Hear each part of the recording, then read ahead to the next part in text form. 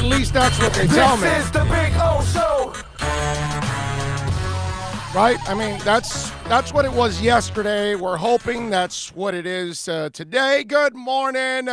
Welcome aboard. Yes, we're up and early today. We're actually an hour earlier today on the program. Well, you know, that's how it is sometimes. We got some flexibility. We got things to do, people to see, places to go to. So we figured we got to, kind of adjust a little bit the schedule. And so today we're actually going to go a little earlier. And we're going to start today at 10 o'clock, so that means we're going to end a little earlier. Still going to give you, pretty much a ton of talk, a ton of programming like we normally do. But, this time we're just a little earlier, so we're off a little earlier for you guys. And lots of things to talk about. Great win for the Heat last night, man. That was cool last night against the Sixers. The Panthers came back, and they took care of business against Toronto, which was good. Mark Pysyk. What are they, the hat trick cats? Is that what we got to call them now, the hat trick cats, because somebody gets a hat trick every week now? It seems to be that way, right? Yeah, this is like, I don't know, the sixth or seventh player that gets a hat trick. I figured 5, 6 probably. Yeah. What's his name had 2 in a week, right? Yeah. So I'm just saying, just kind of funky, man. The last one, obviously the empty net. Nice steal though. Put himself in the right spot, falling down and throw it toward the net and got it in. It was beautiful. No, it was a beautiful thing. I'm with you there.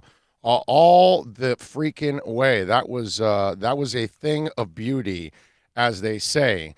And so we've got it going on here. We will carry you till about 2 o'clock. We'll get into a little bit of the Panthers and the Heat as the show goes on. I was going to ask you about this and kind of throw it out there to people, right? So, Bill, if I mention this to you, and if I mention to all of you out there, okay, I'm going to give you a list of names. All right, let's you tell me what comes to mind when I give you this list of names, right?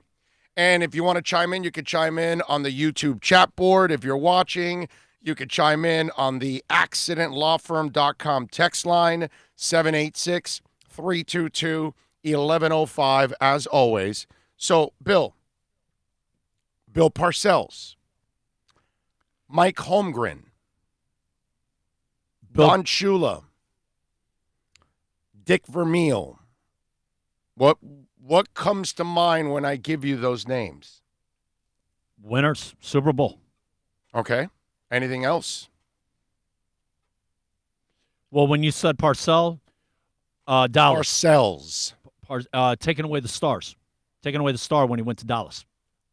What does that have to do with all the other guys? No. When you said Parcells, you said, what's the first thing? Now you started. No, I'm talking about the names, bro. Then you started don't go into another that's not what I'm asking. It's win. I give you that. So you got Super Bowl win, right? Yeah. Okay. Winners get along with their team. Good teams. Teams prepared. All right. Would you call them all Hall of Famers? Dick Vermeil, Shula, Holmgren, and Parcells. Of course, right? Yeah. Oh, yeah. For sure. No doubt. Okay. Andy Reid joined those guys. Hands down. Well, he was already there, but that just solidified. But not what I'm talking about. Well, that's Super Bowl. Because I'm still keeping you in the dark right now. All 5 of these gentlemen lost the Super Bowl and then won it with another team. Yeah. Dick Vermeil lost in Philly, won in St. Louis. Raiders, the first wild card team, yeah. Andy Reid lost in Philly, won in KC. Shula lost in Baltimore, won in Miami. Holmgren won in Green Bay, lost in Seattle. Parcells won with the Giants, lost with the Patriots. And it shows you the greatness, because if there's any doubts still left about Andy Reid, last night I was sitting there going, Andy is in an interesting company because he lost the Super Bowl with one team and won it with another. And so I said, let me go through the history because I started writing guys down, and I left Holmgren out. I couldn't think of it, so I went to the list. Hey, I'm 53, bro. I'm not going to remember everything. So I went to the list, and I found Holmgren also. I remembered all the other ones. So I thought I did all right, actually. So I remembered Holmgren. I put it to the list, and I'm looking at this list, and I'm going, there aren't a lot of guys that have taken two different teams to the Super Bowl, okay? And the fact that, and in all these cases, they lost it with one team and won it with another, which shows you the greatness of Andy Reid, because if you want to question Holmgren, or you want to question Shula, you want to question Dick Vermeil or Parcells, I don't think we are, right? And there has been that question about Andy Reid.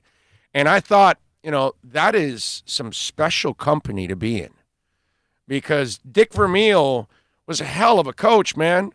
I'm old enough that I saw his run in Philly. That was one of the great defenses of all time, man. That was one badass defense in those days, okay? I mean, just a great, great Buddy Ryan defense before Buddy then went to Chicago and joined Mike Ditka to then win the title. They supplanted the Cowboys teams that were awesome. Wilbert Montgomery, Harold Carmichael. They had a nice little team, man. They had a fun offense, but that defense was special. Bill, was it Seth Lemaster? Joyner and Reggie White and all those cats. Yeah, man. Crazy, crazy defense. And, Shula, obviously, with Unitas, came up short in Baltimore, and then obviously built the Miami teams, and the rest is history with Shula. I don't need to defend him.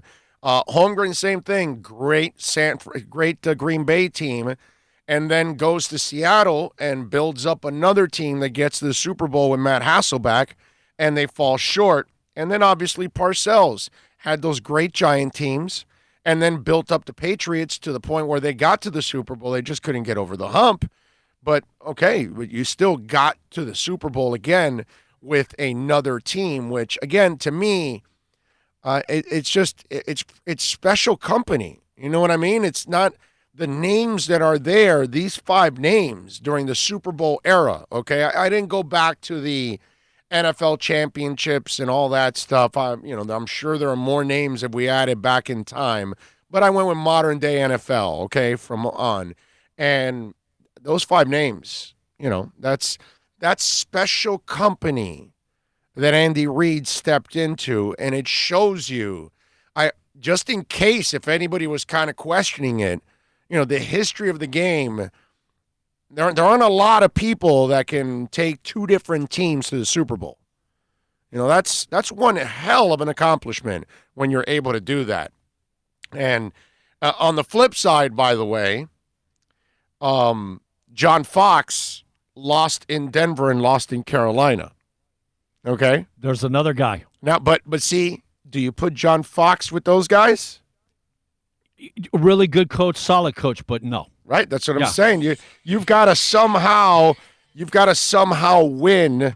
You got to somehow win to get over that hump. Yeah, no, to be with these guys. Well, yeah, but I don't even put John. Even if he got a Super Bowl, right? You know what I mean? The conservative, boring ass way he coaches. He coaches scared. I think at times is what he does. It's running game, punting, and defense. That's it. That's John Fox. Running game, punting, and defense. Anyway, but there's one more guy that took 2 different teams and never won.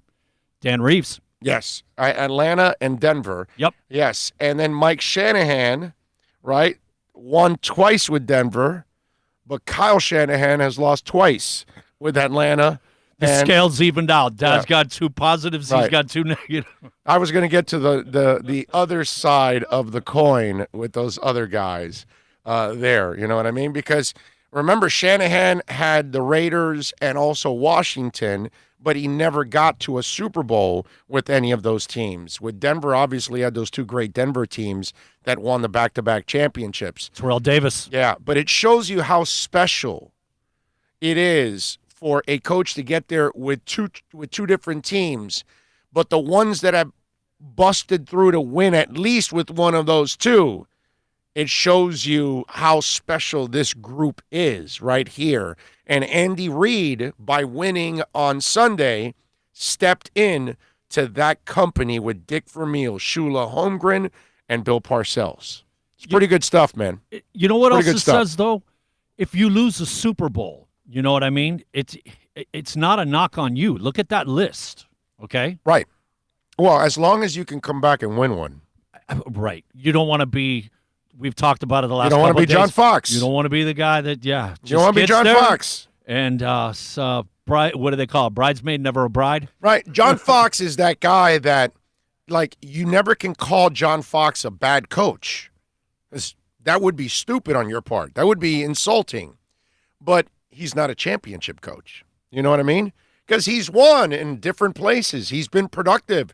He's been a really good assistant coach, too, as a coordinator. And so the guy's had success, but you never look at him like the elite coaches. You always said, yeah, solid coach, but, I think we can do better. It's that's how John Fox is. Like, he's not, Cam Cameron-like. He's not Adam Gase, okay? Let's not insult him that way. I'm going to equivalent it. You know what I'm saying? To you talking about there's a coach that, like, on the rebuild, starts your rebuild. He takes you to a certain level. Amen. And then there's a guy that comes in and finishes the job. It's the guy that's got the goods to put you over the top. And Andy Reid wasn't considered that guy until Sunday. That finally a lot of people, I'm not one of them, I've always put Andy Reid in an elite area. I've always been a big Andy Reid supporter. I've never been the guy, Andy Reid, but no, I've never been that. Because you look at it, the guy, I didn't realize the number is 10 head coaches. Look at the tree of coaches that he has. I didn't know it was 10. I just read that. Is 10 guys Is that of more his. than Walsh? Is that more than Bill Walsh? I don't think anybody's done 10 ever. I don't even think Bill Walsh did it. I think that's a safe assumption. I don't think Lombardi did it. I don't think anybody's done 10. That's a lot, man. Dude, that's a lot of people that have become head coaches under you, bro. A third of the league. I mean, that's nuts, bro. No, you're over a third because it's you. You're 11. So yeah. I mean, that's I don't even get that. That's crazy. So this is a guy that was very Rodney Dangerfield, was not getting the respect he deserves. And so yesterday I was just having some fun. I'm thinking, what's this whole thing? He's won one and lost one with two different teams. Where does he stand? And when I brought out that list, I was like, whoa, that's a list. That's a list right there, man. That's an elite list of guys right there that if any of those 5 guys are your head coach, you're all right. You're doing all right. You got no problem overall. Just make sure you don't hire Parcells to run your football operations at this point in time because he's not really interested in that. But coaching, that's a whole different ball game. I think you're better than all right, Oh, no, I'm being facetious. I'm just, throwing it out there. Everybody's looking at you like, they got that coach, man. Yeah, they got that coach. Yeah, exactly. That's the way you're looking at it. There's no doubt. None of these teams were complaining when they had that coach because they had a hell of a coach overall. The Andy Reid thing kind of died out in Philadelphia because it was so long. So it gets to a point where, outside of marriages, right, and it still happens in a lot of marriages that you kind of fall out of love or whatever it is, and you kind of lose interest in people. But more often than not, you hope that, the person you marry, you're able to stay with them forever, right? Because that's kind of the plan. But everything else in life, there is time for change sometimes. Whether it's your job, whatever it is, different things that a habit that you normally do, some kind of a routine, whatever it is, you like to change after a certain amount of time, and it kind of wears out. And sometimes the voice gets stale, and that happened to Andy Reid in Philadelphia. But then he goes to Kansas City, and, the rest is history. Good for him, man. I was going to say, you pointed it out in the past, like a coach being there 10, 12 years, does the speech have the same impact? it gets worn and stale, Right. and it doesn't stir emotions like No. it used to, And No. I always thought, no, man, you want look at Shula, look how long he was there, but it makes sense, especially in today's world. Oh, yeah. The way the players are, you know what I mean? Yeah. I thought you are absolutely right. No, and now your attention span is so much shorter now, in general with people. It's just one of those things that we kind of have to live with. You know it. I mean, I'm not telling any of you out there anything you don't deal with on an everyday basis. It's just a different way of thinking nowadays, right? And so there's always change that's going to happen. And I just, wanted to bring it up because I thought it was a really cool stat and a really cool group that Andy Reid ends up joining by winning that Super Bowl and proving his greatness, not just with the impact he's made with his coaches and players, but by taking two different teams to the Super Bowl and winning one out of those two. I just wanted to show you the elite company he is in, because all these gentlemen can never be questioned as great head coaches, and they all lost the Super Bowl. You know what I'm saying? Because, they'll be the guy, yeah, but Andy didn't get it done in Philly. Okay, Shula didn't get it done in Baltimore. And Dick Vermeil didn't get it done in Philadelphia. And Parcells didn't get it done in New England. So what's your point? You know what I mean? When somebody ever tells you that, you got the ammo now that you can say, well, hey. Holmgren lost in Seattle, but he won in Green Bay. What's your problem? Lots of great coaches fail in the Super Bowl. Lots of Hall of Fame coaches fail in the Super Bowl. You know what I mean? And so now Andy joined company in two different ways. He joined a group of great head coaches, Hall of Fame head coaches that lost in the Super Bowl, and now he joins all the other Hall of Fame coaches that have won in the Super Bowl. It's pretty cool. I'm going to say this. If there was anybody that needed Andy Reid to solidify his legacy and everything to win that Super Bowl, and it does put him over the top, but seriously, if you didn't think he was a good coach, if you didn't think... Great coach. Great coach. Awesome, Hall of amazing, Fame. First ballot. Yes. Yeah. And he might have not have gotten in for the first ballot, dude. If he doesn't have that championship, he gets in. Because there's a stigma. It's like an Eli Manning thing. He probably won't get in first ballot, but he'll get in. Eventually. You know what I'm saying? Yes. Like second or third shot, and that's what would have happened to Andy Reid. He would have gotten in on the second or third shot because they would have gone but. Now with the championship and everything else, it's like, okay. All those closed doors are blasted open. You can't, no question. There's no question anymore. First ballot, let him in. He deserves to get in there. Just right? If you didn't think he was great before, right, you need to do some more research and read up and get more study. It's all about John Travolta, baby. Let him in. Just let him in. That's an old-ass reference. Holy crap. All right, 786-322-1105. If you want to get in on the program, that's 786-322-1105. If you want to get in on the accidentlawfirm.com text line, my man Bobby Nunez. And Bobby, I hope you're feeling better, my man. I know he's been fighting a cold. It's that cold that's hit a lot of people, and that thing sticks to you like freaking luggage, that kind of stuff. Man, I had some of it too. And then I had a cold, and then I mixed in 400 hours of broadcast consecutively, and that really kind of took a toll on me. I'm still kind of recovering. Like, my voice is still not completely back yet, but it doesn't help when you just, hey, you're sick, but why don't you go do 11 hours of programming in one day? That was really smart on my part. Anyway, 786-322-1105 on the accidentlawfirm.com text line if you want to get in. You can also reach out to us on Twitter. That's at Big O Show. Follow us there. And, of course, you can reach out on the YouTube channel. I know we're on a little earlier today, so we surprised some folks. Don't forget to give us the thumbs up when you're watching on YouTube. Give us the love there while you're watching. Big O, do you know when the NFL is going to announce the awarded compensatory picks, Eugene and Homestead? That usually happens around the draft. at the combine. Oh, actually, no, I'm sorry. It happens at the combine. It'll happen at the end of the month. That's when it happens, Eugene. I forgot about that. Yes, combine. We will find out about that. Okay? So there you go. That news will come out when we're up in Indy. NHL Eastern Conference is stacked with good teams. May have 100 points teams miss playoffs. Hope Panthers continue good play. Hey, I'm with you, man. I hope they continue good play. And they're playing good against the bad teams.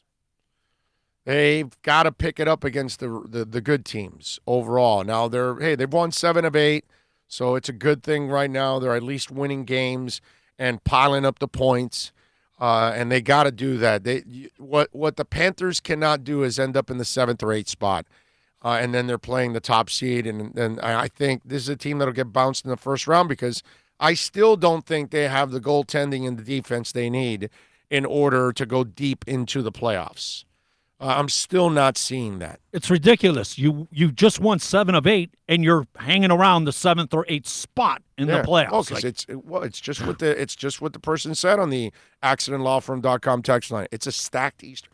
You've been saying that all year. It's true. It's true. So so you got your own answer there. Yeah, but what are you going to do? I mean, there were opportunities throughout the year to stack up more points, and you failed. And your defense and your goaltending wasn't good enough, and this is a position that you're in. And they've had a good season, not a great season, but they've had a good season right now. We're expecting a little bit more from them, but we'll see what happens. My problem, the same mistakes last night, the first 2 goals. Yeah, but remember, is a guy camped out right in front of the net. We've been seeing it all year. The guy's standing there for seconds on end, and here comes a goal. It's like, man, we've been seeing this all year. Would somebody put a body on somebody in front of the net, please? It's the defense for the Panthers is mediocre, and they're not physical at all. They're not physical. Last night, you know what? I was thinking about the beginning of the game.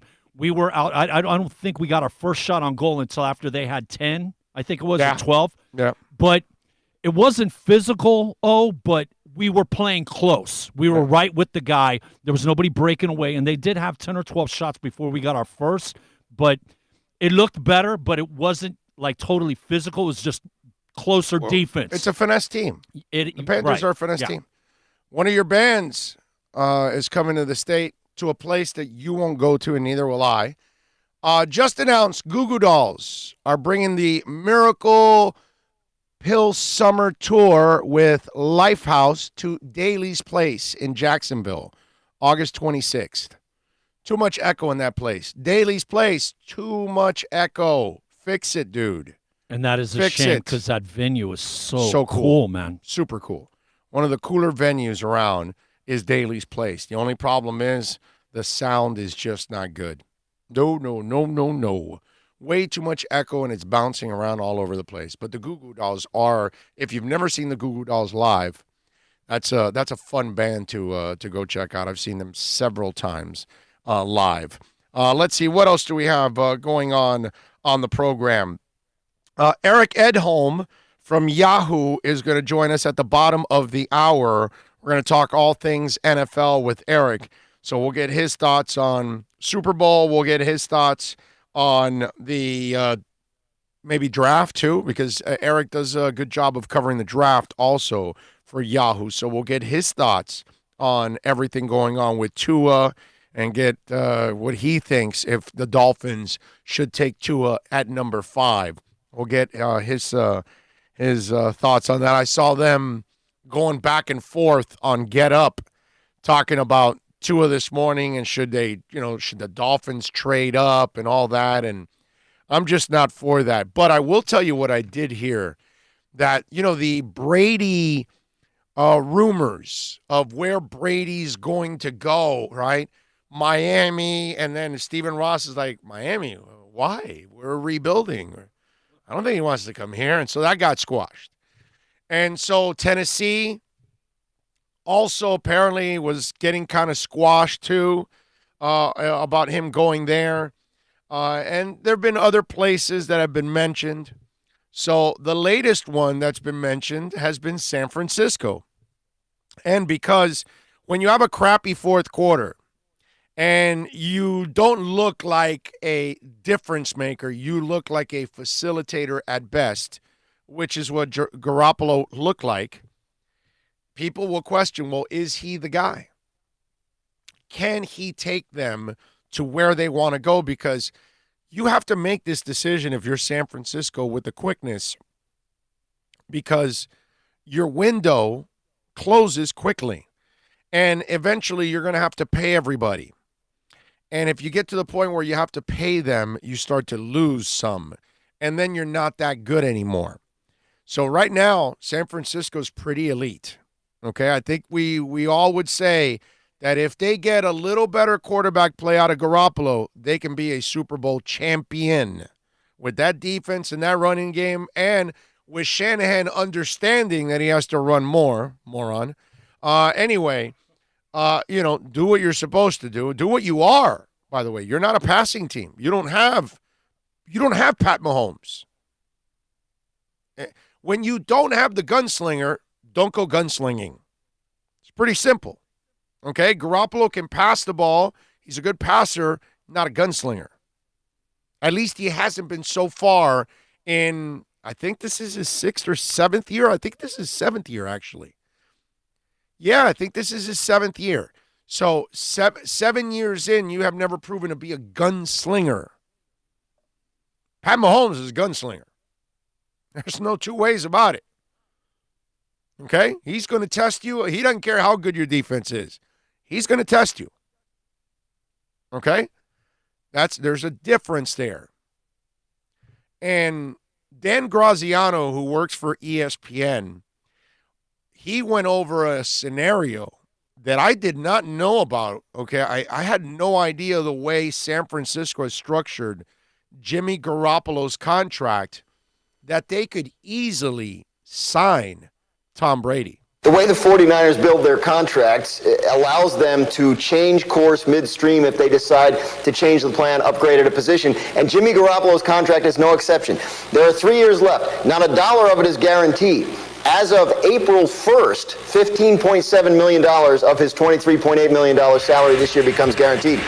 But April 1st is 2 weeks after the start of free agency, and it's no coincidence that the 49ers do their deals with that date as the trigger. So if Tom Brady wanted to go there, if the 49ers decided that Jimmy Garoppolo wasn't the guy, that they were a better fourth quarter quarterback play away from winning the Super Bowl 2 days ago, they could move on from Jimmy Garoppolo, owe him no more money, and replace him at quarterback. Wow. Nice salary structuring. Yeah. Props to them. That's how you win championships. Hey, we know. Look, if you mess up your money, you're crippled. Okay? If you hire Tannenbaum, you're crippled. Anyway, how about that? Can you imagine that? I mean, it's intoxicating. I mean, the whiner Dan Orlovsky is the most annoying person on television. His voice is annoying. He whines about everything. And I think it's because he also has kind of this millennial way of thinking. You know what I mean? So maybe that's what it is. But I got to tell you, what a whiner, dude. Holy moly, that guy's annoying on television. Maybe we should run a poll. Is Dan Orlovsky annoying? He's stunted by his millennialness. I don't know what it is. Yeah, whatever, bro. It's just, it's terrible. It really is. Really, really bad. Eric Edholm does an excellent job for Yahoo. He covers the NFL and the NFL draft. We'll talk Super Bowl. We'll talk Dolphins. We'll talk draft with Eric when we come back on the other side. Before we do that, let me tell you about VSS West Pines. Man, I love these guys. They're phenomenal. And whether we're talking about Jason or Jose or Tommy, any of the guys out there, of course, Sasha, the responsible one, you want to get out to VSS West Pines. Follow them on Instagram and Facebook at VSS West Pines. The website, vsswestpines.com, 12397 Pembroke Road. from, hey, listen, they got an excellent selection of rolling paper from raw to smoking, hookahs from $19.99 and up, CBD, flower, tinctures, edibles, they've got them all, dry herb, vaporizers, water pipes, regular pipes, glass pipes, silicone pipes, grinders. They've got cleaners for your pipes. They've got exotic snacks from all over the world. Real cool e-juice for your vaporizers, incense, all of that. 12397 Pembroke Road. Tell them that Big O sent you. They will take care of you at VSS West Pines. Plus tax, tech title. It includes $8.99 dealer fee on approved credit. Offers end 11/10/19. Over 1,500 Toyotas are on the ground, and truckloads of new 2020 Toyotas just keep on coming. To eliminate all 2019 models, Toyota of Hollywood is holding the ultimate 2019 model year changeover event. Make us an offer, any offer, and you can buy a Toyota at up to 50% less than their original MSRP when new and used. 50% less. A pre-owned 2019 RAV4, not $30,000, $19,775. A pre-owned 2019 Camry LE, not $26,000, $17,775. A pre-owned 2019 Corolla LE, not $22,000, $12,775. Pay up to 50% less at Toyota of Hollywood, the #1 volume Toyota dealer, based on total retail sales of new Toyotas in the Southeast region for 2014 to 2018 per SET, on 441 between Hollywood Boulevard and Sheridan Street. Open till midnight.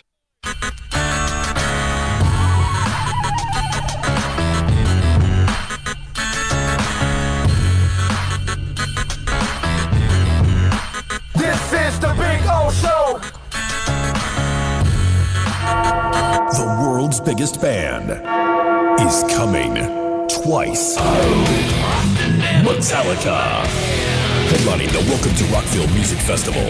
2 different nights, 2 different sets. The weekend of May 8th through the 10th. Go to welcometorockvillefestival.com for all information. Get your tickets on sale right now. The one, the only Metallica. Go to welcometorockvillefestival.com. America's safest and best-selling compact luxury SUV is at Acura of Pembroke Pines, and this is how we do it. RDX, $339 a month at Acura of Pembroke Pines, the #1 volume Acura dealer.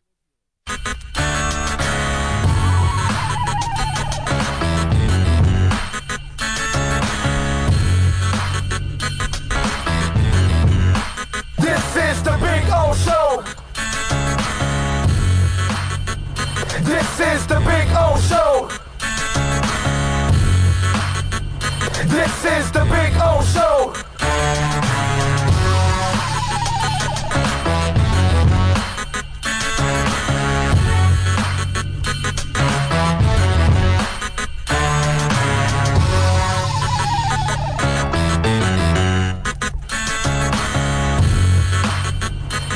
We are ready to rock and roll. Eric Edholm, we love talking a little football with him, a little draft. You can follow him on Twitter like I and so many others do at Eric_Edholm. He's an excellent follow, by the way, on Twitter. And, of course, catch his work at Yahoo. Eric, good morning, my man. How you doing? Everything's good. What's happening? I am loving life, sir, here on a beautiful Tuesday, couple days after the Super Bowl. You know, I was talking about this. When you think of Parcells, Holmgren, Shula, and Dick Vermeil, what do they all have in common? They were all, I don't know. I don't know what they were all GMs and head coaches. I'm trying to think. Well, Andy Reid just joined all 4 of those guys, the only 5 coaches in Super Bowl history that have won a Super Bowl with one team and lost it with another. That makes perfect sense. Yeah, very cool. Yeah, and think about those names: Vermeil, Reid, Shula, Holmgren, and Parcells. All Hall of Famers right there. And if anybody was questioning Reid, I think we're done now, right? I would imagine that whoever was questioning Andy Reid and his greatness or Hall of Fame worthy, I think we're past that now, right? When you see the kind of company he joins, not just by winning a Super Bowl, but by having 2 different teams, even if one of them lost.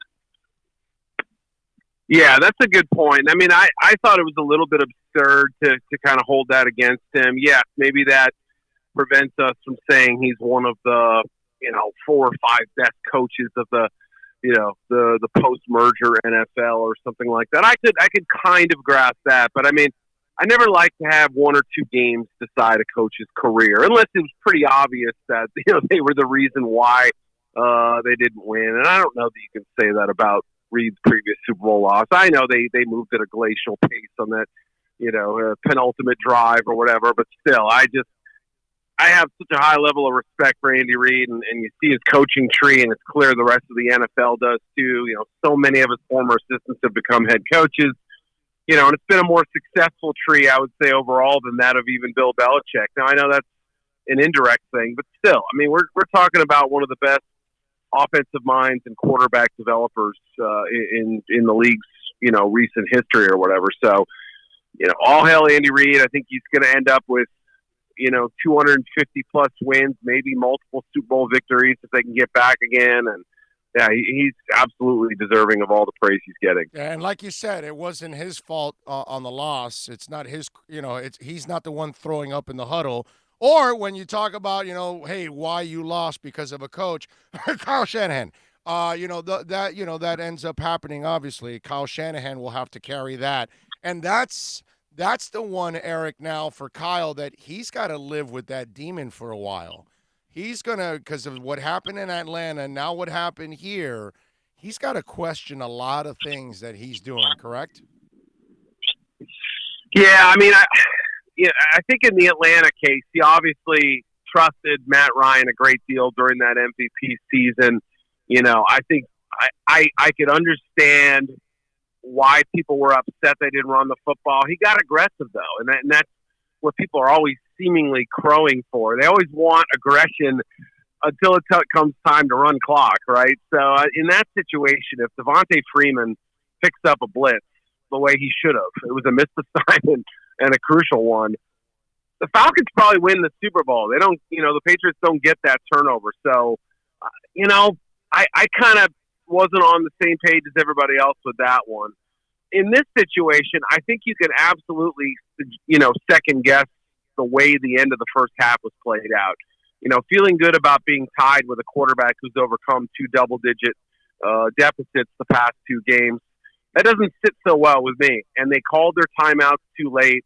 I know the missed call against Kittle looms large, but had that happened 30, 40 seconds earlier, which is possible because of the way, they handled the clock, they could have called the first timeout on defense with the 1:45 range.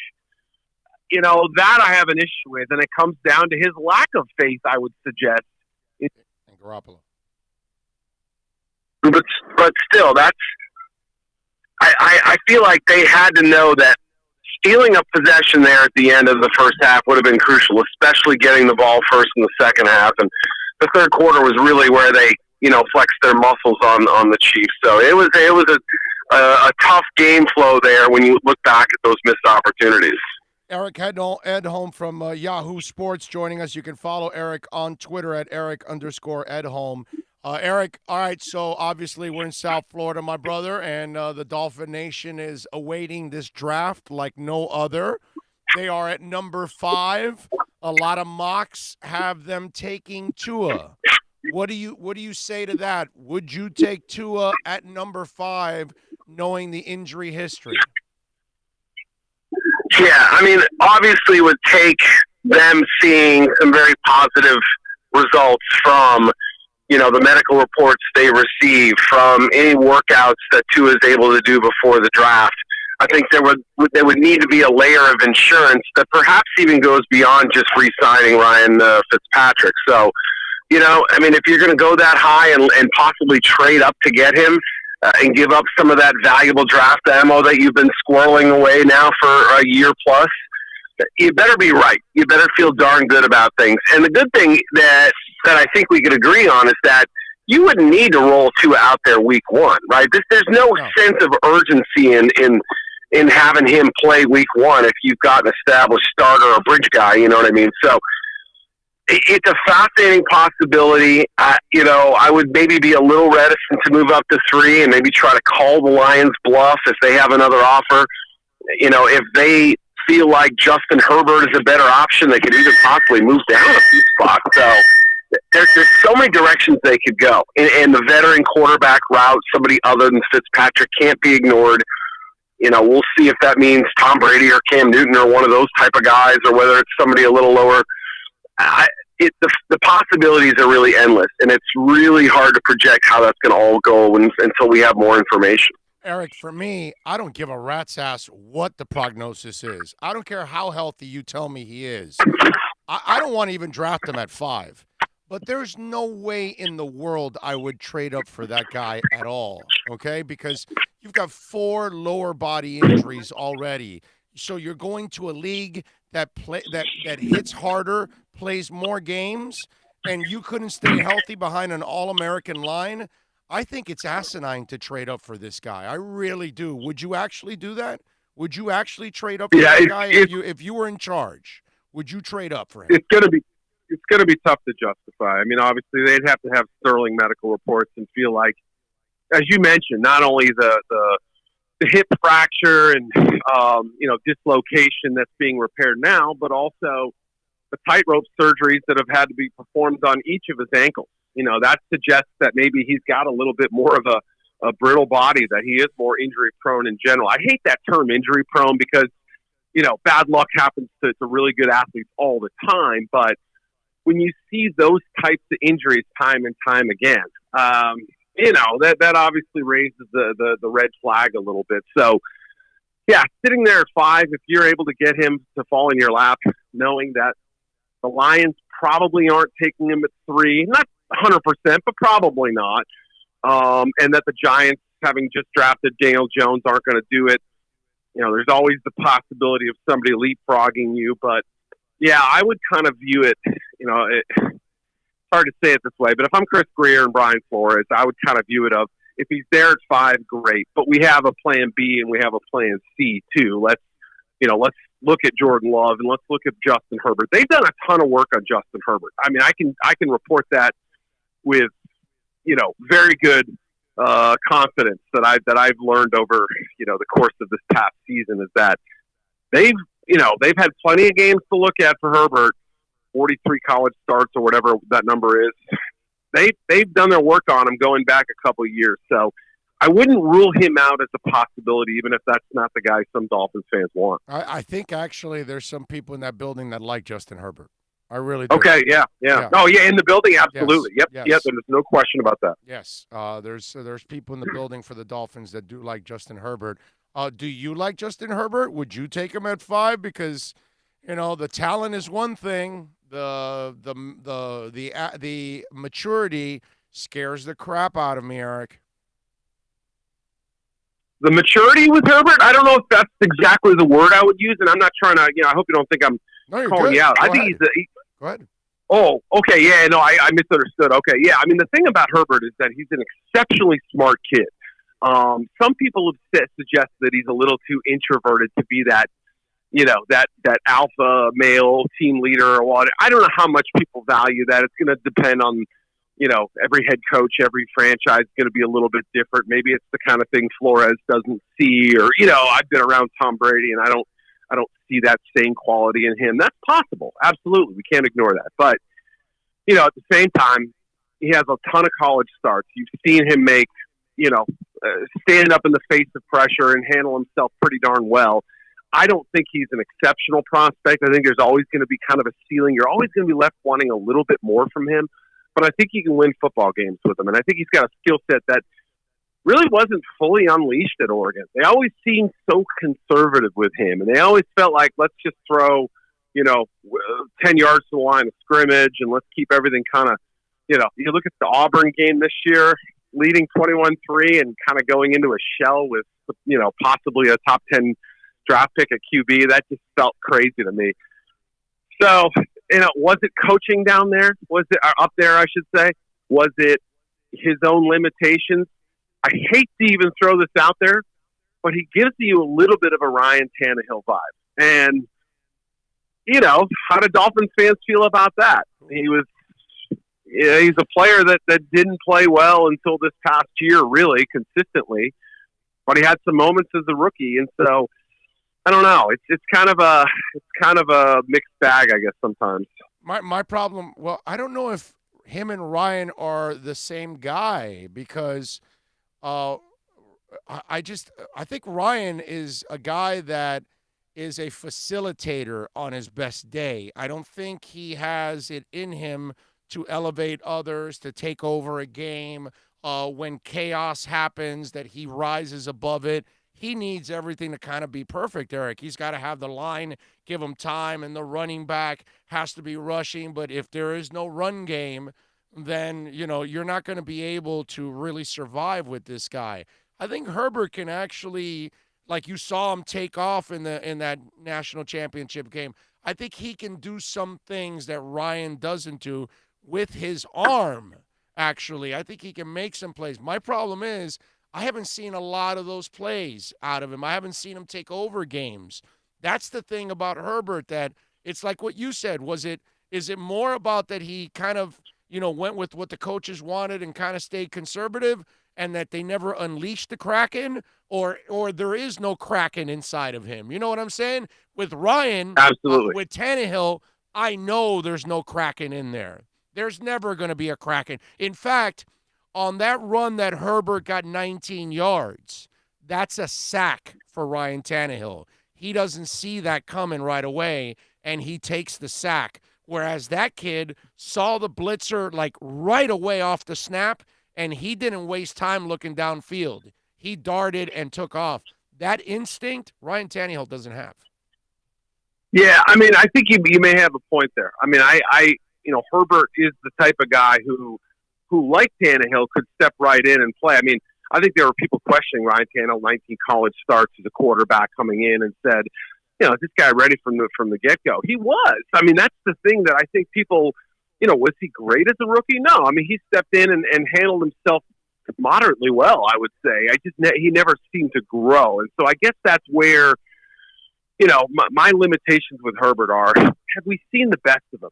He was pretty darn good in 2017. We were talking about him being the number one pick, in the 19 draft back then. In the 2019 draft. So, I think also there's the sense of the more you see a quarterback like that, the more holes you can kind of poke in him a little bit, and the more we can kind of accentuate the potential weaknesses and stuff. I think you raised a decent point about the instincts there. The one thing that I've noticed, and I'll have to kind of dig on the stats a little bit to find out, he seems very unsure against zone defense. Now, not all zones and not every situation, but it's almost like he doesn't trust himself to kind of make those space throws a little bit. He'd rather see man coverage and find the mismatches. So, I don't know what that is. If that's just something that, that has to work through a little bit. I mean, that's one of those things that always kind of stuck out in tape. Seemed like a lot of his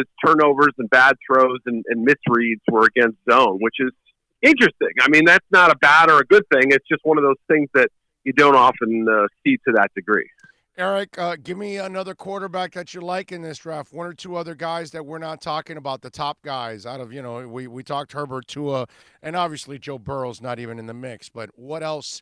Give me another guy that you like. Yeah, I mean, and to be fair, I don't know that it's a great quarterback year. I think it's going to be an okay year because of the Burrow factor, the potential of Tua. We mentioned Herbert. Jordan Love is a total wild card in my opinion. I got to see him live once this year. I've watched, I think, 6 or 7 games of his this season and a couple more from 2018. He looked better in 18. He had a better offensive cast. He had a coaching staff he was very familiar with. He took a big step up as a passer. This past season, it felt like he didn't trust his receivers. He didn't trust his play calling, and it led to a lot of turnovers and a lot of mistakes. It led to some bad mechanics, kind of doing Aaron Rodgers stuff, throwing, flicking it sort of 3/4 while off balance. Well, guess what? Aaron's kind of got a few skins on the wall. He can do that. I know you're in the Mountain West there, but let's get back to our basics a little bit. So I think he could use a year of just drilling and watching a starter, go to work and see all the little things that go into it. He's a really talented kid. I just don't know if I believe in him as a rookie starter. So, after that, it gets a little dicey. Do you think Jake Fromm's, I don't step buy backwards this year? I don't buy him. I just don't buy him. I don't hate him. I don't hate the player.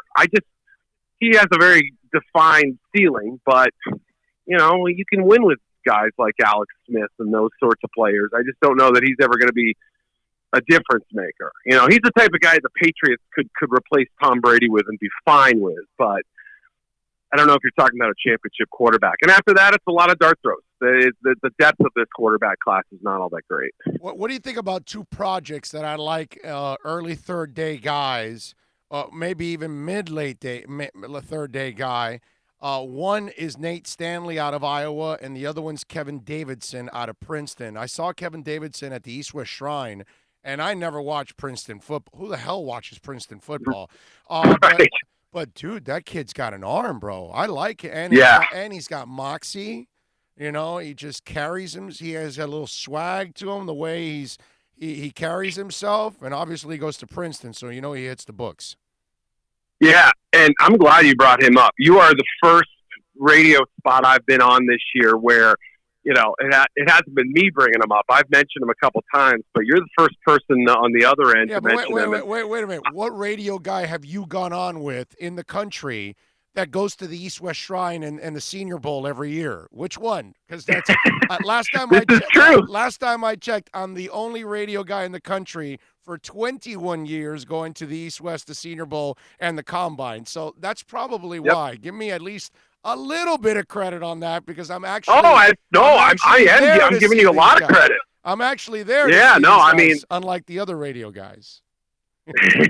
Yeah, some of them are there for the the lap dances and barbecue and whatever else. But you're right. No, Davidson's a fascinating story. He's a big athletic kid.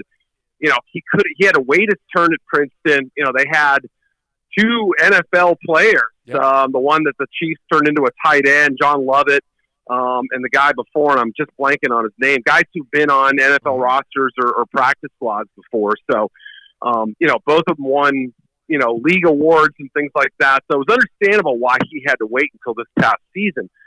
And I'm like you. I saw a game early in the year. I said, wow, this kid throws a nice ball. He's a big, good-looking kid. When you watch the Dartmouth game, I know we're getting a little deep here, but, he throws an early pick. He takes a sack. The game went to heck right away. And I love the fact that even though he didn't play well overall, it was kind of what you saw from Mahomes in the Super Bowl, which was this guy took punches like nothing and kept battling and kept fighting and kept trying to kind of think his way through the game. It was impressive from a mental toughness standpoint. And I said to myself, this guy is absolutely going to end up in an NFL camp. I don't know if he'll get drafted, maybe not. But I absolutely think someone's going to see this guy along the way and say, I can work with this dude. I'm not saying he's going to be the next Fitzpatrick or Ivy League QB or, I'm just telling you that there's a spot for him in the league, in a league that lacks developmental quarterbacks. So, yeah, and Nate Stanley's a big athletic kid, too. He's, he was like a four-sport guy in high school, smart, well-spoken.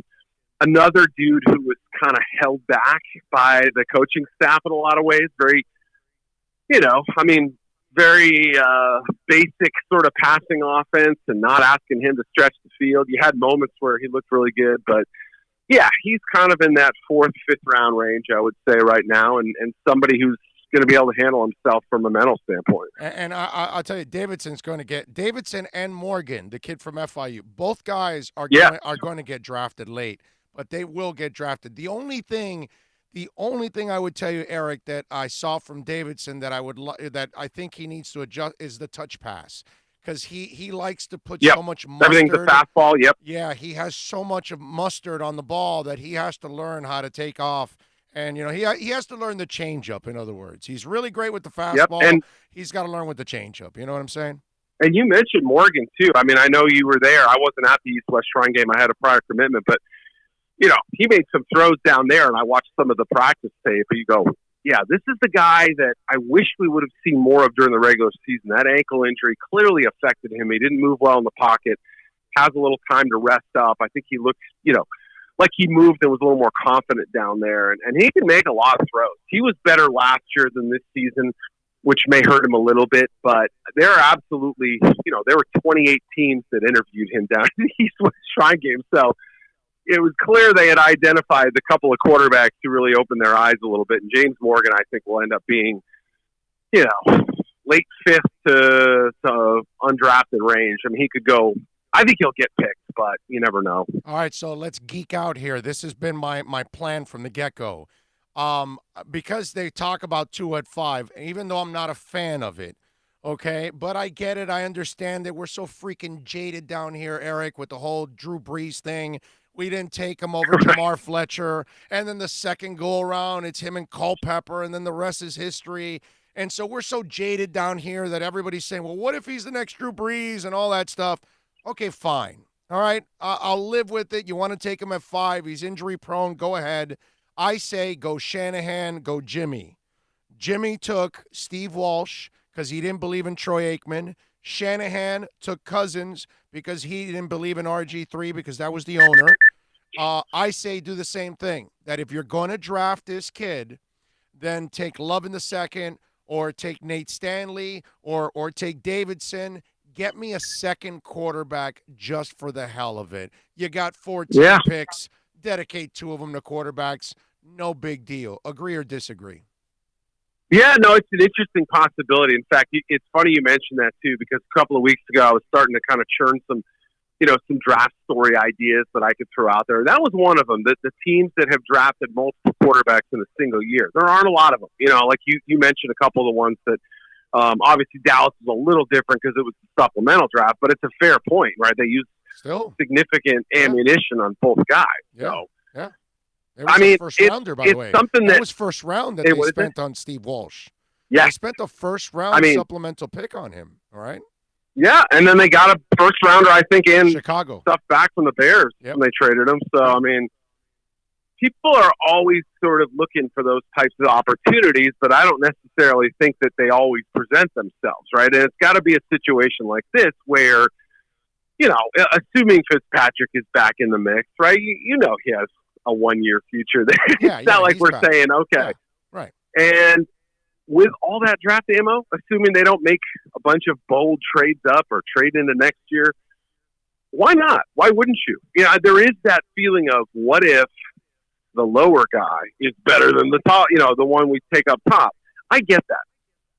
But I had a draft guy, a national scout a couple of years ago mentioned to me, we're always looking to protect our best assets and investments. And it was a quote that always just it sounded like it was out of a business model that, came from nothing from the draft world and was sort of filtered in there. And it made perfect sense, right? Everyone says, oh, we need this, we need that. Yes. But what happens when your star pass rusher goes down? You have that third guy who can step up. What happens when your left tackle goes down and you're all pro? You have to have somebody behind him. But if the drop-off is so significant, then you're in deep trouble. So it's like the Ravens if they lost Lamar Jackson. Well, what do you do now? So I am all in favor of, the idea of buttressing that pick with a later one.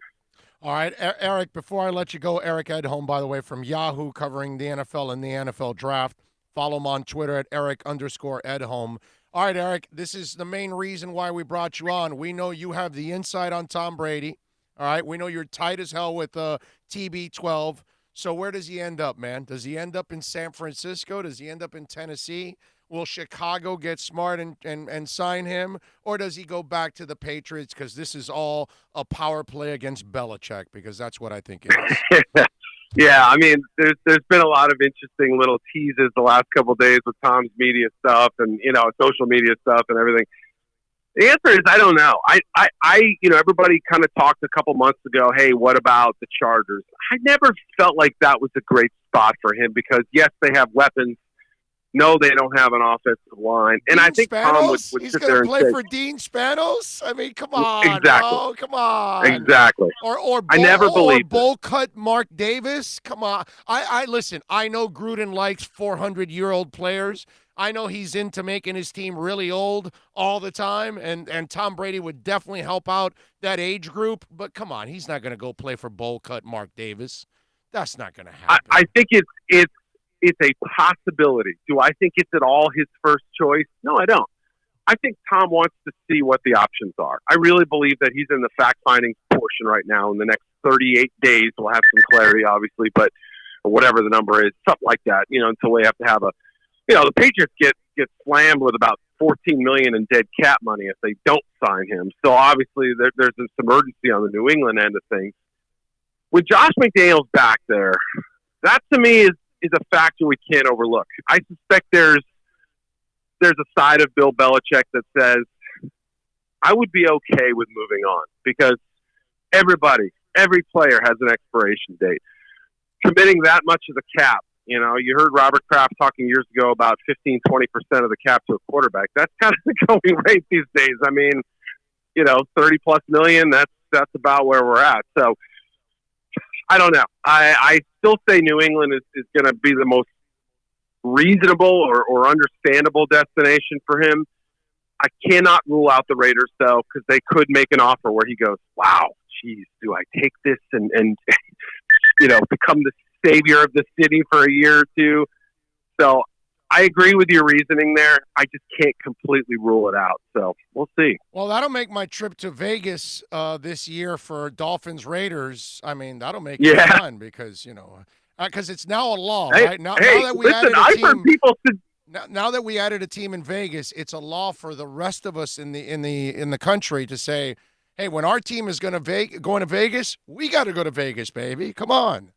Absolutely. Oh, and the NFL is absolutely counting on that as they build up a local, fan base, and as they try to, I've talked to Raiders fans who say, yes, absolutely, I'll be going to half the home games or something just because it's in Vegas. So that's what the NFL is counting on. This is different than the Chargers moving to LA or whatever. I mean, I don't know. It just makes that kind of. You're hoping for 2 or 3 years that, right, they play the Steelers fans are coming to town, they play the Packers fans are coming to town. It's not going to work out perfectly, but it could be, a good setup. The thing with the Raiders, they realize they have to get some buzz. Oh, yeah. And so Tom Brady would bring the buzz. That's Eric, the one factor. And the flights from Oakland or whatever and L.A. to Vegas are super cheap. In fact, we're broadcasting the 3 days of the draft. We're at a Tommy Rockers, a bar that's going to have 300 Dolphin fans. So we're going to be doing the draft, but we're going to go see Pearl Jam in Oakland on the 18th and 19th. And we ended up flying. We're going to fly from Miami to Oakland, and then we're going to Oakland to Vegas. Dude, that flight was $70 from Oakland. Yeah, to Vegas. Exactly. I was going to say about $100, right? Yeah. That's what it. Yeah. Yeah. And there's like 8 a day too, so you can, right. You choose your departure time. You get an extra night play in the slots, right? You go in on Sunday morning, watch your game. I mean, it's a fascinating destination for the NFL. The draft, I'll be out there, I believe, as well, and so we'll have to hook up. I can't wait. Well, you got to come. You got to come to Tommy Rockers and join us. We're going to be there 3 whole days doing the draft from beginning to end. So you're welcome to come on out. We'll treat you to lunch and a little, you want to have a brewski or two and join us on stage, bro. We're going to have like 300 fans watching it. It'll be like a Dolphin twisted draft, obviously, but still we'll be talking about it in general. And, man, I would love to have you come by. That'd be great. Yeah, I'll be probably on set for the first round and then writing for the others, but we'll see. I mean, I'll carve out time and make sure I head over there if I'm out there. Please. Eric, thank you for joining us, my brother. We look forward to having you on again as always, and I always love having you on talking some football, man. Really appreciate the time. Oh, pleasure is mine. Yeah, thank you so much. We'll talk to you real soon. You got it, baby. Be good. There you go. Eric Edholm, man. Good stuff there. He's a really good follow. He's actually a really fun follow on Twitter, okay? Just if you're a Twitter person, follow Eric_Edholm. He does a lot of funny stuff, and he usually finds something funny out of something that's going on in sports or whatever, and he'll tweet it out. He's got a good sense of humor, so you'll enjoy him as a follow. All right, 1 hour down already. What a joke! I mean, this is a 1 hour. You're actually past the hour, sir. We're past the hour. All right, let's go. Hour number 2 coming back right here on the Big O Radio Show. Thinking about buying or refinancing a home? Act now. Home values are ticking up. Don't put off making a move any longer. Call Michael Kodsey now at Choice Mortgage Bank, 561-441-2730, while mortgage interest rates are still at historical lows. Call now to get pre-approved and buy your dream home. If you're currently paying over $800 a month for rent, call 561-441-2730 now before interest rates go up. Down payments as low as 3.5%. Veterans may qualify for no money down. If you own a home, but you're upside down, Michael Kodsey can help. If you're being denied by your bank or your loan process is taking too long, call 561-441-2730. Act now while fixed rates are still under 3.5%. Offices in Boca and Boynton Beach. Rates and terms subject to change daily without notice. Equal housing lender. NMLS 122081. No one expects to get into a crash, but I expect you to go to accidentlawfirm.com if you do. Make sure when hiring a driver, you go through a rideshare app so that you can be covered by the insurance, which can be up to $1 million whether you're a passenger or a driver. In other words, don't try to save a few bucks by paying cash instead of going through the app. I'm attorney Bobby Nunez from Nunez Law in Miami, and we're here to help you through the process. Go to accidentlawfirm.com for a free consultation from me, Bobby Nunez. That's accidentlawfirm.com. Plus tax, tech title. It includes $8.99 dealer fee on approved credit offers and 11/10/19. Over 1,500 Toyotas are on the ground, and truckloads of new 2020 Toyotas just keep on coming.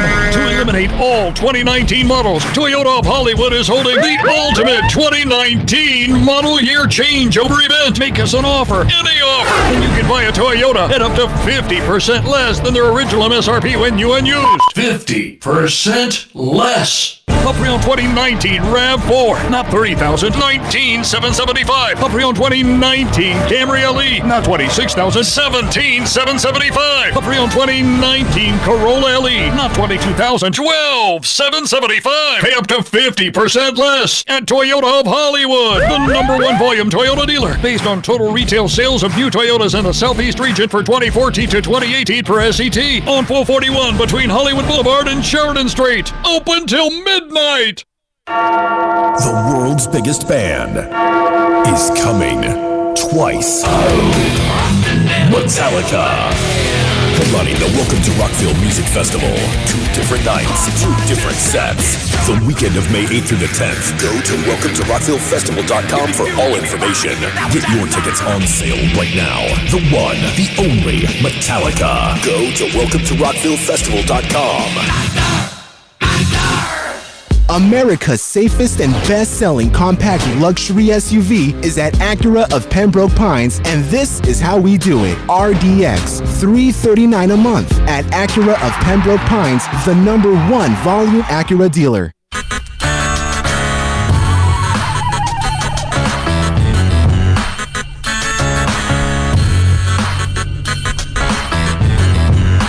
This is the Big O Show. This is the Big O Show. This is the Big O Show.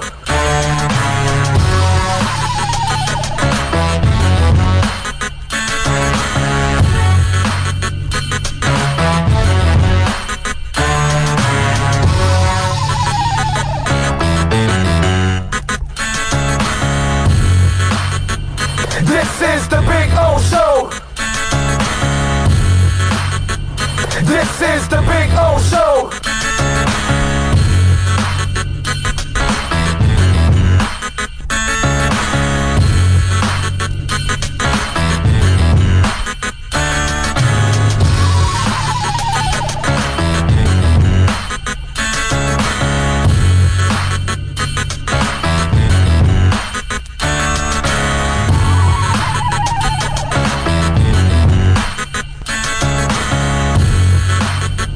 This is the Big O Show. All right. This is the Big O Show. Isn't Incubus coming to the Kravis? Right? Right? Incubus was here in the first week in December. Are Oh. they coming back again? They just announced Incubus is bringing their 2020 tour with 311 and Bad Flower to the Mid-Florida Amphitheater. Is that the crowd? Because that's where they were before. Remember? No. Mid-Florida's in Tampa. It's right next to the Hard Rock. Okay. So they may not be coming back here. So I don't know if their whole tour. Let me see if they announced the whole tour. You remember how ridiculous those tickets were? Right. Yeah. I think it was Fort Pierce or something like that, right? Wasn't it? Yeah, they. Oh, wait a minute! It will be at the I Think Amphitheater too, August 4th. How about that? That's cool. So we don't have to go to Tampa. So Incubus is coming to the I Think Amphitheater. Coral Sky, Sony, whatever you want to call it. Oh, that's the one that we saw. We saw Incubus there the last time. I didn't. You didn't see Incubus there? I did. I saw them with your boys, Deftones. Deftones opened up for Incubus. Nice. That was a great concert. Okay, I saw them at Coral Sky. Yeah. That's the one. But you're talking about the place that's like Coral Sky over in St. Pete or whatever? Yeah. West. I think we saw. No, but this one is here. Alice Cooper and Motley Crue. Yeah, but this one's here. So Incubus is coming here. West Palm. To West Palm, August 4th. We got to go to that concert. That's a must go. Yeah, I got to see that one. That one I got to go. And it won't be that expensive at that place. I don't know why they were charging so much at the Kravis to go see them. Well, it was sold out. I know. It's also not a big place. Gouged. That's what it is. It's not a big place. Whereas this place is. Yeah, it was big. the equivalent of them being at Broward Center, right, exactly. And this is actually a really good concert with 311 and Bad Flower. So that's not bad. All right, if you want to get in on the accidentlawfirm.com text line, you can send it in at 786-322-1105. That's 786-322-1105 if you want to get in on the program, as we, of course, take you till about 2 o'clock. So the Kansas City Chiefs, they, won the championship. They, the quarterback went to Disney, all of that. I would imagine when you lose, you've got to be pissed, right? Right? When you lose, you got to be pissed, and you don't want people talking to you and all of that, right? And it makes it tough. But the thing is, you might kick your dog, right? You have to maintain some sense of professionalism. Are you going to kick your dog? No, right? No, you don't kick the dog. Okay, I'm just saying. No, you go over there and you pet the dog, and the dog will probably console you. Yeah, that's probably better. But I'm just going with a country song. So anyway. All right, so you're going to be pissed, right? Not the 49ers. No. Did you hear what the 49ers did? The 49ers partied like it's 1999. That's right. The San Francisco 49ers advanced to Super Bowl 54, where they let a 10-point lead slip away and lost 31-20. The players didn't retreat to their hotel rooms and sulk. Instead, they were flocking to the American Airlines Arena, home of the Heat, to celebrate one of their most successful seasons in franchise history. So the 49ers had a party at the AAA. They had rappers there hanging out, Lil Wayne and DaBaby. I have no idea who DaBaby is. I've heard of Lil Wayne. Lil Wayne was on the Masked Singer. Couldn't you tell that was his whiny voice singing? I heard that one. That was man, you could tell that was his whiny voice. Whatever. Kyle Shanahan asked the team and asked the team's players to attend. This is why Kyle Shanahan is not going to win anything. This is why he's soft. You're out celebrating after you lose the Super Bowl? I would be sitting down quietly somewhere with a cigar and a drink and I don't really want to celebrate. I'm not dancing after I lose the freaking Super Bowl. I may not be crying. I may not be partying, all that, but I would at least, I'm not going to go to sleep either, but I would want to kind of chill and in no way have any kind of a smile on my face. I don't know. It says, despite loss, Kyle Shanahan asked players to attend post-game reception at AAA Arena. Most were along with staff, family, and VIPs. DaBaby performed. So there you go. I have no idea who DaBaby is. I'm remembering back one of the things with Harbaugh. San Francisco does a lot of promo, this, blah, and would want players, coaches, people in the organization to come, present face, make an appearance. And Harbaugh, I don't know if you remember, but he was all about, no, we don't have time for that, blah, and wouldn't give them, like, per se, access to players, this, and, cut everybody, and no, we're not doing that. Right. I'm going to guess that San Francisco does a lot of this. I mean, especially if they're doing it after a loss, right? Yeah. And that was one of the things that they complained about with Harbaugh. Do you remember that? Yeah. So I'm going to guess that maybe Harbaugh, had something there about, hey, enough. You guys do too much. Because, if you're celebrating, if you're throwing a party after a loss like that. That's loser stuff, man. That how to can me, you ask people to, go and do a party? Man, you're not in the right frame of mind for that. Well, apparently they are. Apparently losing is not important to them. Yeah, well. Apparently losing is, I guess the standard. Well, Kyle Shanahan's kind of used to choking in these kind of situations. So for him, it's right up his alley, in his wheelhouse. When you think about it, Kyle Shanahan was celebrating his consistency. Everybody else might have been a little, frustrated and pissed, but Kyle Shanahan's like, ouch. Hey, man, I choked away another lead, man. Let's celebrate. It's an art, It takes talent to choke away leads. 46-0 in the fourth quarter. That's crazy. Yep, that is crazy. Oh, man. I got to tell you. That to me makes no sense, man. I would think that the organization would be like, we got some guys that are going to take it harder than others. You don't want them in the, do it like you said, man. You go to a quiet place, man. You have it. Look, it's a great season. Cigar and a drink in hand, and maybe I'm talking with one of my teammates. I got my wife next to me. And we're just kind of talking about how, tough night, this and that, what we got to do, whatever, to get better, and then just chill. But there is no way I'm going to be dancing and laughing. Celebration in any capacity? Are you kidding me? I mean, if an upbeat song comes on, the box or whatever, if it's not a piano bar, just quiet, you know what I'm saying? The mood. I got to tell you something. I almost felt like celebrating when I was let go at QAM. That was there's a moment of that one person would think it's failure, right? Because you lose your job and you think, oh, my God, and all this and that. I've seen some guys that lose their jobs and they're like whining like little bitches. I was actually really happy. Like people would call me and say, hey, man, I'm sorry to hear. And I'm like, no, dude, don't be sorry, bro. Trust me, I am really in a good place right now. And they're like, but how? And I go, trust me, I'll be fine. Don't worry about it. I'll bounce back. I'm good. I'll be all right. So I kind of know what the Niners will feel like there in that, because I kind of felt like throwing a party when I got released because it was like I was free, just dying to be free from these losers. Like I cannot work in this kind of environment anymore. So it was just one of those deals. So, yeah, I kind of had a little Niners moment myself there. But I was happy I lost this.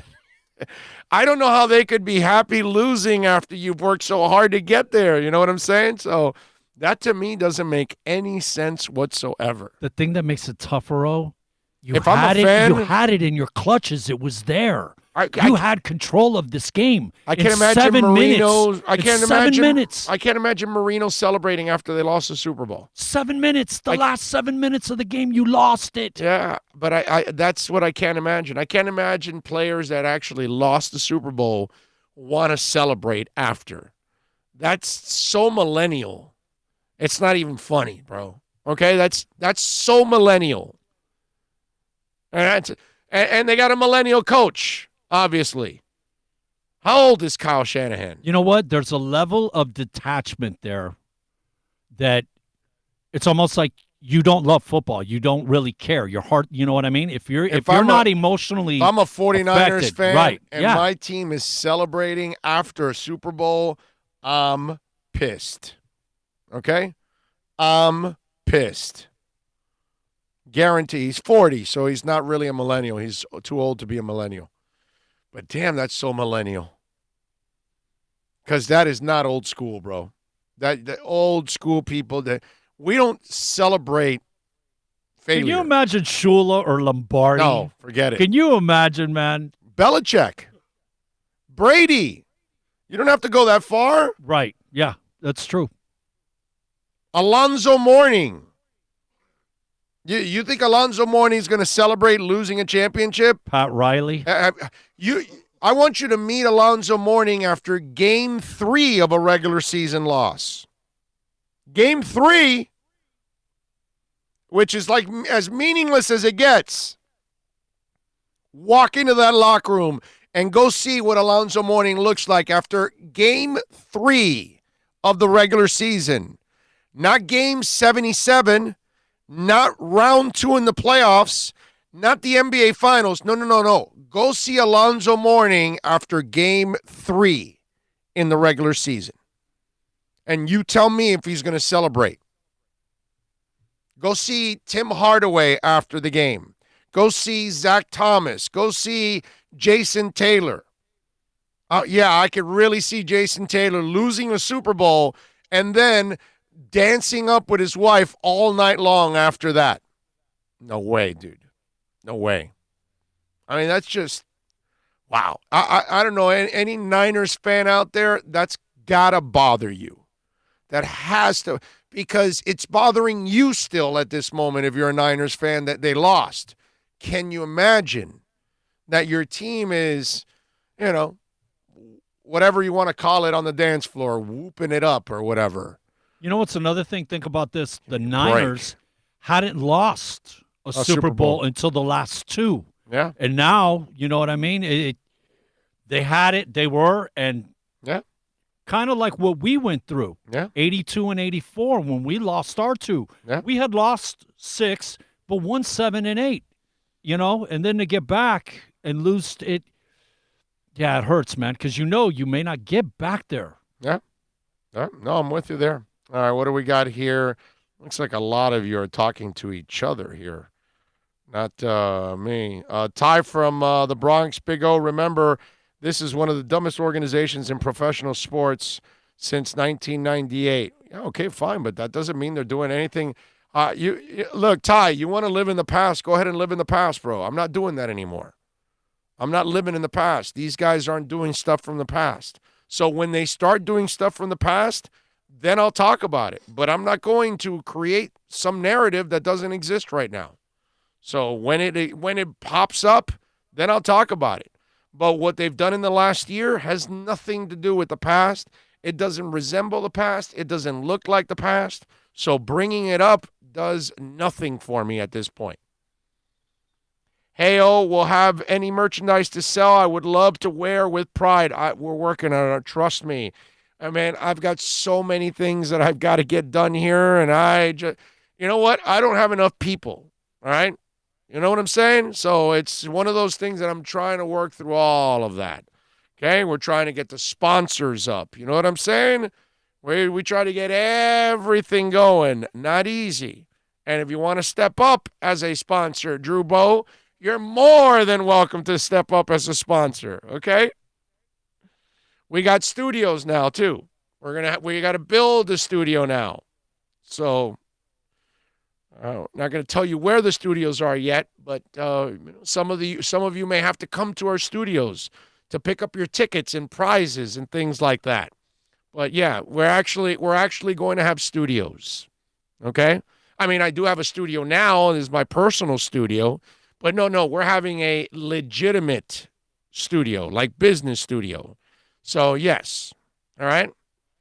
Anybody out there want to help us out in construction and things like that? Send it in, baby.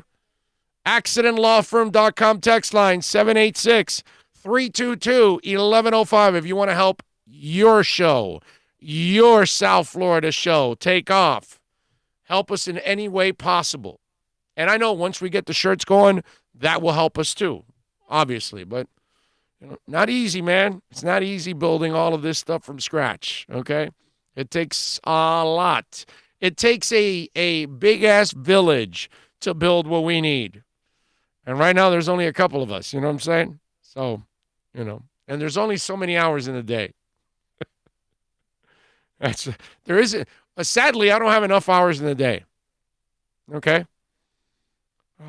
So that's kind of what's going on with all of that. Anyway, 786-322-1105 if you want to get in on the accidentlawfirm.com text line. So we're talking about the Niners partying there. What else we got going on the you know that we've had the Elton John biopic. We had the Motley Crue biopic. We had Queen biopic, right? So Kiss now has announced that they are going to have a biopic that's going to be tentatively released right now, July 2021. Now, the idea behind the biopic, obviously, on July of 2021, that's when the End of the Road tour ends for Kiss. So the idea is kind of where the tour ends, then the biopic begins to kind of tell the story about Kiss, right? And I'm looking forward to it, right? It says Don McGee, who's at the helm of Kiss's career since 95, was talking with Rock Talk on this, and Mark Canton is going to be the producer. He produced 300 and Land of the Dead. And so the documentary says that we're doing right now, we're in the middle of working on a Kiss biopic, so more news will come out. The team that we're putting together right now, we have directors and stuff. Now, hopefully in the next week, we will have a company behind it, and we'll start finishing the script. Hopefully by the time Kiss finishes their final show in New York on the 17th of July in 2021, whatever we're going to do in terms of releasing the movie will be July of next year. And when the film does see the light of day, Kiss will become the latest act, of course, to add a biopic.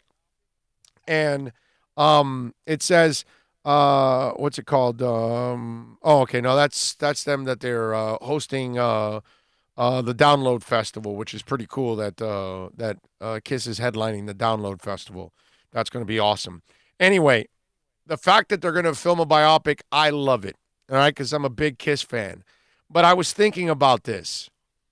What band would you like to see film a biopic? Like, personally, for me, I want U2 already to do one, and I definitely want Iron Maiden to do one. I would love to see the story of those bands and how they came together. I would imagine a lot of people want to see a Led Zeppelin biopic, right? A Black Sabbath biopic, a Beastie Boys biopic, right? I think some of these would be really, really cool to see. Obviously, Metallica. Yeah, Metallica would be awesome. That would be great. What band? What you tell me a band that you would like to see their biopic? Which one? Like the one we saw with what's it called? NWA. That was a lot of fun. I enjoyed that one. See, that's a pretty cool one too. I think I've seen Straight Outta Compton, I don't know, like 8 times already. I mean, because every time I'd be channel surfing, I'd run into it. That's become one of those movies that I stopped to watch, and I really enjoyed Straight Outta Compton. I thought they did an excellent job overall. Here last night. Obviously, we got 2 games going on and blah, blah, blah, but I'm going through the movie things. Boys in the Hood. I haven't seen it in about 8 months. Let me record that. That's one of those that, you stop and watch Boys in the Hood. But when it comes to biopics, what bands would you like to see get a biopic together? The Kiss one, I think, is going to be really interesting because they go through all their stages of starting to perform and then perform with makeup and go through all of that. And then they went through, they went through a time where nobody knew what the hell they looked like because they couldn't leave their homes, without makeup. They had to kind of keep the mystery going, and for years people didn't know what the hell Gene Simmons or Paul Stanley looked like, and then they went through the unmasked stage, and then they went back to getting their makeup on, and they went through these kind of stages too, where they were incredibly successful in the 70s, and then in the early 80s had kind of a little bit of a down, and then in the like mid to early 80s, like when Lick It Up kind of like revitalized them again. I mean, they had a little bit of success with I Love It Loud, but Lick It Up was the one that just became a commercial success, in other words. As a kid, 11, 12, second page of the Herald had a half facial shot of Paul Stanley without makeup, and it was such a big deal. It's a huge thing back in those days. Yeah, man. Sure.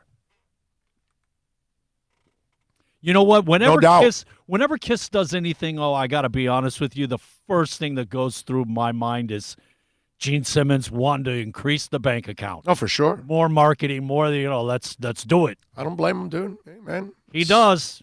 And God bless him, man. He created it.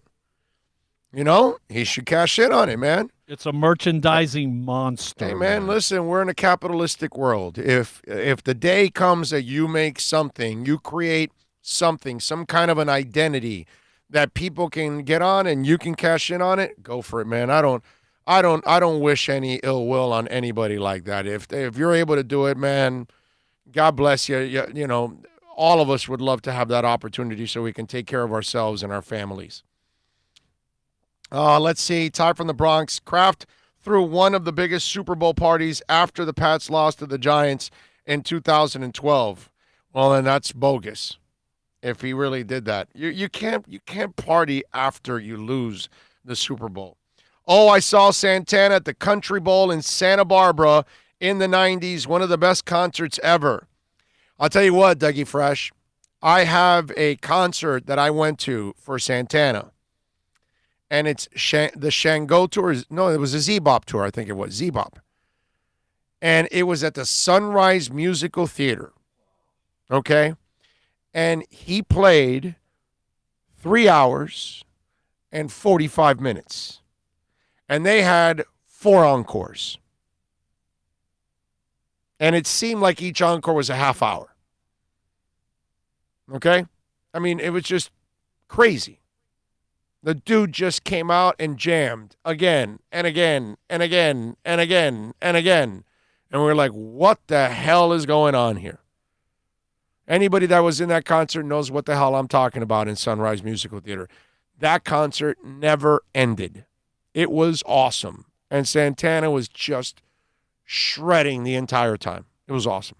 So, yes. The last time we saw one of the best him, concerts I've ever been to. Last time we saw him, concert on the Green. Yeah. He was up there for 230, 240. Yeah. And this is a concert on the Green. You think, a little hour and 15. Yep. No, man. Yep. You know what? As long as the crowd cheers, that guy keeps playing. Yeah, you're right. You hiring, Brother, what are you talking about hiring? Are you kidding me? What do you mean hiring? What do you think this is, man? Hiring. No, we're not hiring. No, not at all. I would love to hire. We're trying to survive to keep our heads above water. We're doing fine on our own, but no, we don't have we're not making the kind of money that can hire, So, no, not yet, George. Not even close. What else? Going to the concert this weekend in Greensboro, saw the Alive 2 tour when I was 14 during my days at Kinloch Jr. Nice. Kinloch. I went to Kinloch myself for 9th grade. Kiss, most overrated rock band ever. They might be great entertainers, but the music is bubblegum rock. Give me metal or give me death or a bowl. I'm sure you'll take both. Let's see. What else do we have here? Woodson says, LOL. NorCal says, Tool just played 2 hours and 25 minutes last month. You got to see Tool, Big O. Yes, Tool is phenomenal. I'll give you that. No doubt about it.